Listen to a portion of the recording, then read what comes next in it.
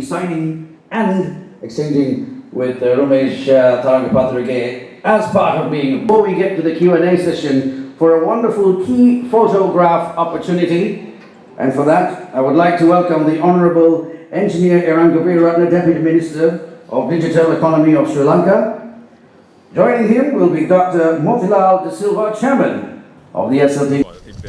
SLT Mobility ආයතනය අර්ධවාර්ෂිකව ඒ කට්ටියගේ ලබාගත් financial performance එක ගැන විස්තරයක් තමයි අද ඊයේ මාධ්‍යට නිකුත් කරන්න. ඉතින් අපි දකින්නේ මේ ආයතනය ඒ කියන්නේ 2023 වර්ෂයේදී අලාභ පාඩු ලැබෙමින් තිබිච්ච ආයතනයක්. මම හිතන්නේ 2025 වෙනකොට බිලියන 10ක් දක්වා ලාභ ලබන ආයතනයක් බවට පරිවර්තනය වෙලා දැන් එතන ඔබට ගිහිල්ලා මේ වෙනකොට බිලියන 6කට වඩා වැඩි ප්‍රමාණයක් අර්ධවාර්ෂිකව මේ ලාභයක් ලබන ආයතනයක් බවට පත් වෙලා තිනවා. ඉතින් මේක හොඳ වෙනස් වීමක්, හොඳ ප්‍රවණතාවයක්. මේ රටේ අපි බලාපොරොත්තු වෙනවා මේ ජනතාවට අවශ්‍ය දුරකථන පාසුකම් කඩිනම් කළා ඒක අවශ්‍ය පාසුකම් වැඩි කරන්නත්, ඒ වගේම අපේ දුරකථන පාසුකම් නැති පළාත් වලට පාසුකම් ඇති කරන්න, ඒ වගේම 5G වගේ අලුත් තාක්ෂණ වලට ගිහිල්ලා ඒ ජනතාවට අවශ්‍ය ඉන්ටර්නෙට් බ්‍රෝඩ්බෑන්ඩ් වගේ සේවාවන් තවත් වර්ධනය කරන්න අපි බලාපොරොත්තු වෙනවා. ඉතින් ඒකට මේ SLT මොබිටෙල් ආයතනය කියන්නේ ලොකු මේ ආයතනයක් ඒක මේ ක්‍රියාත්මක කරන්න. ඒ වගේම අපි දැන් රටේ තියෙන ඩිජිටල්කරණය වැඩ පිළිවෙලටත් ඒ ආයතනයේ මේ ප්‍රගතිය වැදගත් වෙනවා. මොකද අපි දැන් ඩිජිටල් ID එක ගේන බලාපොරොත්තු වෙනවා. ඊට පස්සේ සුපර් ඇප් කියලා අපි ජනතාවට ඩිජිටල් කරන වැඩවලට සම්බන්ධ වෙන්න රජයේ ඩිජිටල් සේවාවන් ලබා ගන්න පුළුවන් මොබයිල් ඇප් එකක් වගේ දේවල් ගේන්න බලාපොරොත්තු වෙනවා. ඒ වගේම අපි බලාපොරොත්තු වෙන්නේ මේ මුදල් හා කාසි භාවිතයෙන් ඔබට ගිහිල්ලා ඉවරලා කොහොමද ඩිජිටල් පේමන්ට් හරහා ඩිජිටල් ගෙවීම් වලට ගිහිල්ලා මේ මුදල් කාසි පාවිච්චි අඩු වෙන මේ සමාජයක් දක්වා වර්ධනය කරන්න. ඒකෙදි QR පේමන්ට් වගේ දේවල් අත්‍යවශ්‍යයි. ඉතින් ඒකට යනකොට අනිවාර්යෙන් අපේ නගරේ දුරකථන ජාලයේ සම්බන්ධතාව වගේම ගමේ ඈත පිටිසර පළාත්වල පවා දුරකථන සම්බන්ධතාවය හොඳට තියෙන්න ඕන. ඒ වගේම තමයි අපි අධ්‍යාපනය උනත් දැන් අලුත් ස්මාර්ට් විදිහට ගිහිල්ලා අධ්‍යාපන ප්‍රතිසංස්කරණ වලින් මේ පාසල් වලදී කොහොමද මේ ඉන්ටර්නෙට් හරහා හොඳ අධ්‍යාපනය තවත් සාර්ථකව ලබා දෙන්නේ කියන ක්‍රමවේදවලට යන්නේ. ඉතින් ඒකට මේ සම්බන්ධතාවය දුරකථන සම්බන්ධතාවය අවශ්‍යයි. ඉතින් SLT මොබිටෙල් එක රජයේ ආයතනයක් විදිහට මේ වැඩ කටයුත්තේදී ඉදිරි පෙළම ඉන්න ආයතනයක්. ඉතින් ඒක අවශ්‍යයි මේ රටේ ඩිජිටල්කරණ වැඩ පිළිවෙල ක්‍රියාත්මක කරන්න. ඉතින් ඒකේ මේ ආයතනය කොහොමද මේ වර්ෂයේ ආදායම සහ ලාභය කොහොමද තියෙන්නේ කියන එක අපේ මාධ්‍ය ආයතන දැනුවත් කිරීමේ වැඩසටහන මොකද්ද? දැන් ඩිජිටල් ආර්ථික අපි දන්නවා ඩිජිටල් ID කියන එකට අපි ප්‍රවණතාවයක් දීලා තියෙනවා. ඒක මේ අවුරුද්ද ඇතුළත පළවෙනි ඩිජිටල් ID එක නිකුත් කරන තැනට අපි යනවා. ඒ වගේම අපි ලබන අවුරුද්දේ අවසාන වෙන ඉස්සෙල්ලා ඒ කියන්නේ අගෝස්තු වගේ වෙනකොට සම්පූර්ණ ඩිජිටල්කරණය ඩිජිටල් ID එක දෙන්න අපි බලාපොරොත්තු වෙනවා නිකුත් කරන්න. එතනින් අවුරුදු දෙකක් වගේ කාලයක් ඇතුළත අපි බලාපොරොත්තු වෙනවා මුළු රටේම තියෙන පරණ ID වෙනුවට අපි දන්නවා ප්ලාස්ටික් කාඩ් එකක් තියෙන ID එකක් කියලා. ඒ වෙනුවට ඩිජිටල් පද්ධතියට හැම මිලියන 17ක් වෙන පිරිසම ගේන්න තමයි අපි බලාපොරොත්තු වෙන්නේ. ඉතින් ඒක ලොකු වැඩක් ඩිජිටල් කරන වැඩක්. ඒ වගේම මේ අපි දන්නවා මේ රජයේ ඩිජිටල්කරණය එක ආයතනවල හැදිලා තියෙන්නේ වෙන වෙනම.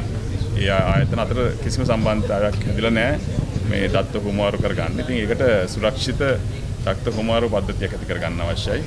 ඒකට අපි National Data Exchange කියලා වැඩසටහනක් දැන් ගේනවා. ඒ වගේම මම කිව්ව විදිහට සුපර් ඇප් එකක් කරහා ජනතාවට මේ පහසුවෙන් රජයේ ඩිජිටල් සේවාවන් වලට හරහා ගිහිලා රජයේ සේවාවන් ලබා ගන්න ක්‍රියාමාර්ගය අපි ඇති කරනවා. ඒ වගේම මේ ගෙවීම් ඩිජිටල්කරණය කරනවා. දැන් ගව්පේ කියන සේවාව හරහා ඉතාමත් කාර්යක්ෂම දැන් ගෙවන්න අපි හැකියාව ඇති කරලා තියෙනවා. ඒ වගේම අපි මේ ට්‍රැෆික් ෆයින් පවා ගෙවන්න පුළුවන් අපි හැකියාව ඇති කරලා තියෙනවා. ඒ වගේ විශාල ඩිජිටල් වැඩ පිළිවෙලක් යනවා. ඉතින් ඒකට අවශ්‍යයි මේ වගේ විදුලි සංවේදන ආයතන. මේ අවුරුදු මාස 6ක අධික කාලයකින් අපි සෑහෙන ප්‍රගතියක් අත්පත් කරගත්තා. කියන්නේ SLT මොබිටෙල් ආයතනේ මේක නිකම්ම ආපු දෙයක් නෙවෙයි. මේක මම හිතන්නේ අර CEO කිව්වා වගේ 8000ක් විතර ඉන්න සේවක පිරිසේ ඒගොල්ලන්ගේ අප්‍රතිහාර්ථ ධෛර්යය හින්දා තමයි මේ ප්‍රතිඵල ලබා ගත්තේ. ඒක නොයෙකුත් අවස්ථාවල ඒක පැහැදිලිව පිළිබිඹු කරා. විශේෂයෙන්ම දිට්ඨ ආපු අවස්ථාවේදී අපේ සේවකයන් සම්පූර්ණයෙන්ම ඒකට හිත යොමු කරලා අවුව වැස්ස නොතකා ඊළඟට මේ ෆ්ලඩ්ස් වල ඒගොල්ලෝ ගිහිල්ලා ඒ කටයුතු කරා. ඒ කියන්නේ සේවකයන්ගේ කැපවීම උසස්ම තත්ත්වෙන් මේ පහුගිය කාලේ තිබුණා. ඒකේ ප්‍රතිඵලයක් ලෙස තමයි මේ අපිට මේ විශිෂ්ට ප්‍රතිඵලය ලබා ගන්න පුළුවන් වෙන්නේ. මේ ඉතිහාසගත ප්‍රතිඵලයක්. අනිත් එක පැහැදිලි මූල්‍ය කර්මනාකරණය. ඒක ගොඩක් දුරට බලපෑවා. අපේ සැලසුම් සහගත ලෙස අපි කියනවා සිංගල් මයින්ඩඩ් ફોකස් එකකින් තමයි අපි මේ ප්‍රතිඵල අත්පත් කරගත්තේ. ඉතින් එතෙන්දී අපි ගොඩක් ඒ ආයතනය තුල යම් වෙනස්කම් කරා. ඒ වෙනස්කම් උත් පැහැදිලි මම හිතන්නේ මේ ඒකට බලපෑව පැහැදිලි ලෙස. ඒ වගේම රජයේ ඒ නිශ්චිත පැහැදිලි ප්‍රතිපත්තිය. ඒ කියන්නේ දැන් මේක ප්‍රයිවටයිස් කරන්න නැtei කියලා. ඒ කියන්නේ පුද්ගලිකීකරණය කරන්න නැහැ කියන එක පැහැදිලිවම කිව්වා. ඒ වගේම අපිට ජනාධිපතිතුමා තමයි අපේ ඩිජිටල් මිනිස්ට්‍රි එකේ කියන්නේ මේ මිනිස්ට්‍රි ඔෆ් ඩිජිටල් ඉකොනොමි කියන එකේ අමාත්‍යතුමා ඊළඟට දැන් එන්ජිනියර් ඉරංග වීරරත්න තමයි ඒකේ ඩිපිටි මිනිස්ටර්. ඒගොල්ලෝ නිතරම සෝදිසි කිරීම කරනවා. කියන්නේ මේ කටයුතු ඉදිරියට ගෙන යන්න. ඉතින් ඒගොල්ලන්ගේ උපදෙස්, ඒගොල්ලන්ගේ සහයෝගය මේ දිගටම බලපෑවා. අපිට ප්‍රශ්න ඇති වෙන වෙලාවවලදී ඒගොල්ලෝ ඉදිරිපත් කරනවා. ඉතින් ඒක මම හිතන්නේ සෑහෙන දුරට බලපෑවා. ඒ සේවකයන්ගේ කැපවීම රජයේ ඒකාග්‍ර මේ අරමුණ. ඒ වගේම අපේ පැහැදිලි මූල්‍ය කර්මනාකරණය හින්දා තමයි මේ ප්‍රතිඵලය අත්දුනේ.